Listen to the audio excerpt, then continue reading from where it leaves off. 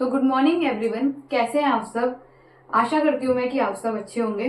तो आज हम अपनी सेकंड क्लास स्टार्ट करने वाले हैं और पहली ड्रग क्लास, और सबसे इम्पोर्टेंट ड्रग है ये, इमरजेंसी ड्रग है। इमरजेंसी ट्रॉली में भी आपने देखा होगा। तो इस ड्रग के पीछे हमेशा ही कंफ्यूजन है कि इस ड्रग को हम इन्फ्यूजन में दें या डायरेक्ट आईवी दें। तो आज ये सारी कंफ्यूजन दूर हो जाएगी और जिस ड्रग की कंफ्यूजन होती है उसका नाम है हमारा पोटेशियम क्लोराइड। सबसे इंपॉर्टेंट ड्रग है पोटेशियम क्लोराइड। तो बेसिकली ये ड्रग है क्या, पहले इसका हम कॉम्पोजिशन की बात कर लेते हैं कि कॉम्पोजिशन कैसा है इसका। तो 15% KCl होता है हमारी 10 ml एम्प्यूल में।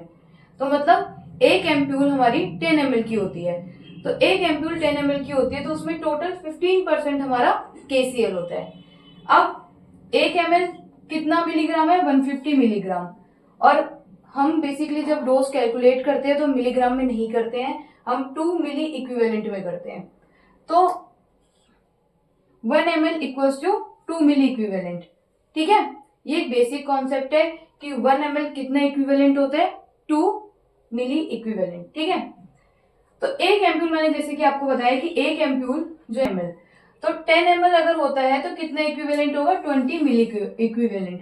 तो ये बहुत इंपॉर्टेंट है, इसको स्टार मार्क कर लो। सबसे ज्यादा इंपॉर्टेंट है कि एक एम्प्यूल में KCl के एक एम्प्यूल में कितना इक्विवेलेंट होता है। तो हमेशा ही आपको याद रखना है कि एक एम्प्यूल KCl में 20 मिली इक्विवेलेंट होता है और एक ml में कितना होता है, 20 मिली इक्विवेलेंट।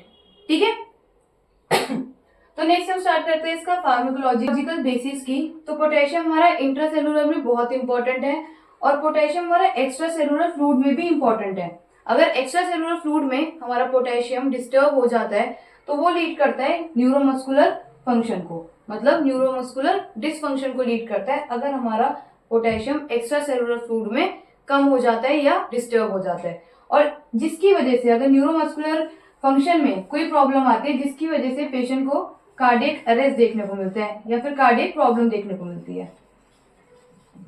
तो अभी मैंने रिसेंट अपने इंस्टाग्राम पे स्टोरी डाली थी कि KCl का सबसे मोस्ट कॉमन साइड इफेक्ट क्या है, सबसे इंपॉर्टेंट साइड इफेक्ट क्या है, तो वो है कार्डियक अरेस्ट। इसको स्टार मार्क कर लो, हमेशा पूछा गया है, ये हर एग्जाम में पूछा गया है कि पोटेशियम क्लोराइड का मोस्ट इंपॉर्टेंट साइड इफेक्ट क्या है, तो वो है हमारा कार्डियक अरेस्ट। ठीक है, तो अब हम बात करते हैं इसके इंडिकेशंस की। अब हम बात करते हैं हमारे इंडिकेशन की कि पोटेशियम क्लोराइड जो है हम किस किस कंडीशन में देते हैं। तो बेसिकली सबसे पहले तो इम्पोर्टेंट है कि हाइपोकैलीमिया, जब पेशेंट को हाइपोकैलीमिया हो रहा हो तब हम पोटेशियम क्लोराइड देते हैं। अब ये हाइपोकैलीमिया क्या है, तो हाइपोकैलीमिया है कि जब हमारा पोटेशियम का लेवल डिक्रीज हो जाता है। जब हमारा पोटेशियम का लेवल डिक्रीज हो जाता है तो उसे हम बोलते हैं हाइपोकैलीमिया। तो हाइपोकैलीमिया की ट्रीटमेंट के लिए या पेशेंट हाइपोकैलीमिया में जाए ही ना, उसके प्रिवेंशन के लिए हम देते हैं पोटेशियम क्लोराइड। ठीक है, और अगर पोटेशियम ज्यादा हो जाता है तो उस टर्म को हम बोलते हैं हाइपरकैलीमिया। ठीक है, तो नॉर्मल रिक्वायरमेंट, एक अडल्ट की नॉर्मल रिक्वायरमेंट कितनी होती है, तो एक अडल्ट की नॉर्मल रिक्वायरमेंट जो होती है वो होती है 60 MEQ पर डे। बहुत इंपॉर्टेंट है कि नॉर्मल रिक्वायरमेंट कितनी होती है पोटेशियम की एक अडल्ट में, तो 60 मिली इक्विवेलेंट पर डे जो होती है वो नॉर्मल रिक्वायरमेंट होती है। नेक्स्ट है कि और हमें पोटेशियम क्लोराइड कहाँ चाहिए, तो सेकंड कंडीशन क्या है हमारी, जब पेशेंट को फ्लूइड लग रहा हो और वो पोटेशियम फ्री हो। ठीक है, तो तब हम इंजेक्शन पोटेशियम क्लोराइड उसमें डालेंगे। Now third condition is during cardiac bypass surgery. जब पेशेंट की कार्डियक बाईपास सर्जरी हो रही हो तो कॉन्ट्रेक्शन को कम करने के लिए हम पोटेशियम क्लोराइड ऐड करते हैं। ठीक है, नेक्स्ट है इसके कॉन्ट्रा इंडिकेशन कि कॉन्ट्रा इंडिकेशन कहाँ है कि कहाँ हमें पोटेशियम क्लोराइड नहीं देना चाहिए या फिर कॉशियसली बहुत ध्यान से देना चाहिए। तो वो जो है हमारा रीनल फेलियर पेशेंट में है। तो भाई रीनल फेलियर के पेशेंट में हमें बहुत ध्यान से पोटेशियम क्लोराइड देना चाहिए, कॉशियसली देना चाहिए। ठीक है, तो अब हम बात करते हैं साइड इफेक्ट की कि पोटेशियम क्लोराइड के साइड इफेक्ट क्या होते हैं।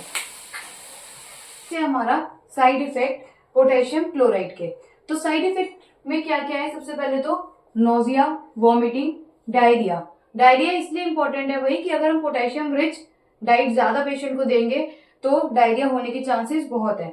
ब्रेडिकार्डिया मतलब हार्ट रेट का कम हो जाना, और हाइपोटेंशन मतलब कि बीपी का कम हो जाना, ठीक है। तो ये सब, और कुछ हमें एलर्जिक रिएक्शन भी देखने को मिलती है, जैसे कि रैशेज हो गई, इचिंग हो गई, तो ये सब चीजें हमें कॉमनली इसमें साइड इफेक्ट देखने को मिलते हैं पोटेशियम क्लोराइड में, ठीक है। तो अब हम नेक्स्ट बात करते हैं कुछ ऐसी इंपॉर्टेंट चीजों की। 7 इंपॉर्टेंट चीज है जो हमें इस ड्रग के बारे में पता होनी चाहिए, हर किसी को पता होनी चाहिए 7 इंपॉर्टेंट चीज। अगर वो 7 इंपॉर्टेंट चीज आपको पता है तो मतलब आप इंजेक्शन पोटेशियम क्लोराइड को बहुत अच्छे से समझ गए हैं, ठीक है। भाई ये 7 बेसिक रूल्स है जो हमें पता होने चाहिए जब भी हम पोटेशियम क्लोराइड यूज कर रहे हो, ठीक है। तो सबसे पहले सबसे इंपॉर्टेंट जो मैंने खुद देखा है प्रैक्टिकल में बच्चों को ऐसा करते हुए, कि भाई कभी भी डायरेक्ट आईवी केसीएल नहीं देना। डायरेक्ट अगर आप आईवी केसीएल देते हो तो पेशेंट को सीधा ही कार्डियक अरेस्ट हो जाएगा। तो कभी भी डायरेक्ट केसीएल हमें पेशेंट को नहीं देना। तो भाई अब डायरेक्ट नहीं देना तो कैसे दे सकते हैं हम? डायरेक्ट नहीं देना तो हमेशा हमें उसे सिरिंज पंप में या इन्फ्यूजन पंप में हमें उसको डाइल्यूट करके देना है, ठीक है। तो हमेशा ऑलवेज यूज डाइल्यूटेड इन इन्फ्यूजन। जो इन्फ्यूजन पंप आता है हमें उसमें डाइल्यूट करके देना है। और वो इन्फ्यूजन पंप का रेट कितना सेट होना चाहिए वो बहुत इंपॉर्टेंट है। तो जो उसका रेट है इन्फ्यूजन पंप का वो more than 10 MEQ per hour से ज्यादा का होना चाहिए, ठीक है। नेक्स्ट है never add more than 40 MEQ per litre potassium. भाई हाँ, हमने ये देखा था कि जो अडल्ट की नॉर्मल डोज थी वो थी 60 MEQ पर डे, पर कभी भी हमें जब हम एम्प्यूल्स को ब्रेक कर रहे हो तो हमें 40 MEQ पर लीटर से ज्यादा पोटेशियम ऐड नहीं करना, ठीक है। नेक्स्ट है नेवर ऐड पोटेशियम इन आइसोलाइट एम। जो भाई आइसोलाइट एम का हमारा फ्लूइड होता है उसमें कभी हमें पोटेशियम नहीं ऐड करना। क्यों? क्योंकि वो ऑलरेडी पोटेशियम रिच होता है, उसमें ऑलरेडी इतना पोटेशियम होता है, अगर हम और पोटेशियम ऐड करेंगे तो पेशेंट को प्रॉब्लम हो सकती है, ठीक है। नेक्स्ट है 6 पॉइंट हमारा कि never use without knowing potassium level. भाई अब अगर पेशेंट ऑलरेडी उसका ब्लड सीरम लेवल हम चेक करते हैं और ब्लड सीरम लेवल में उसका जब हम पोटेशियम लेवल चेक करते हैं बढ़ा हुआ हो और अगर आपने इंजेक्शन पोटेशियम क्लोराइड लगा दिया हो तो पेशेंट को उसी टाइम कार्डियक अरेस्ट आने के चांसेस हो सकते हैं और रीनल फेल के भी चांसेस हो सकते हैं। तो इसलिए हमें हमेशा जब भी हम पोटेशियम पेशेंट को लगा रहे हो हमेशा हमें उसका पोटेशियम लेवल पता होना चाहिए, ब्लड पोटेशियम सीरम लेवल उसका पता होना चाहिए। नेक्स्ट है always monitor potassium level and also ECG. हमेशा जो है हमें पोटेशियम लेवल मॉनिटर करना है और ईसीजी भी हमें मॉनिटर करनी है साथ ही साथ, ठीक है। तो फ्रेंड्स आज का ये टॉपिक हम यही एंड करते हैं। इंजेक्शन पोटेशियम क्लोराइड बहुत इंपॉर्टेंट है। कुछ इसमें जो 7 बेसिक रूल्स बताए हैं वो तो बहुत ही ज्यादा इंपॉर्टेंट है, प्रैक्टिकल के रिगार्डिंग भी एंड थ्योरी के रिगार्डिंग भी। तो सबसे इंपॉर्टेंट जो है इसमें फर्स्ट पॉइंट तो बहुत ही ज्यादा है कि कभी भी डायरेक्ट हमें आईवी केसीएल नहीं देना। तो आई होप आपको ये क्लास अच्छी लगी हो। अगर आपको अच्छी लगी तो please like, share and comment and subscribe to my YouTube channel. और अब आप कमेंट में बताइए कि नेक्स्ट टॉपिक जो है मैं वो किस पे स्टार्ट करूं, ठीक है। Thank you so much class.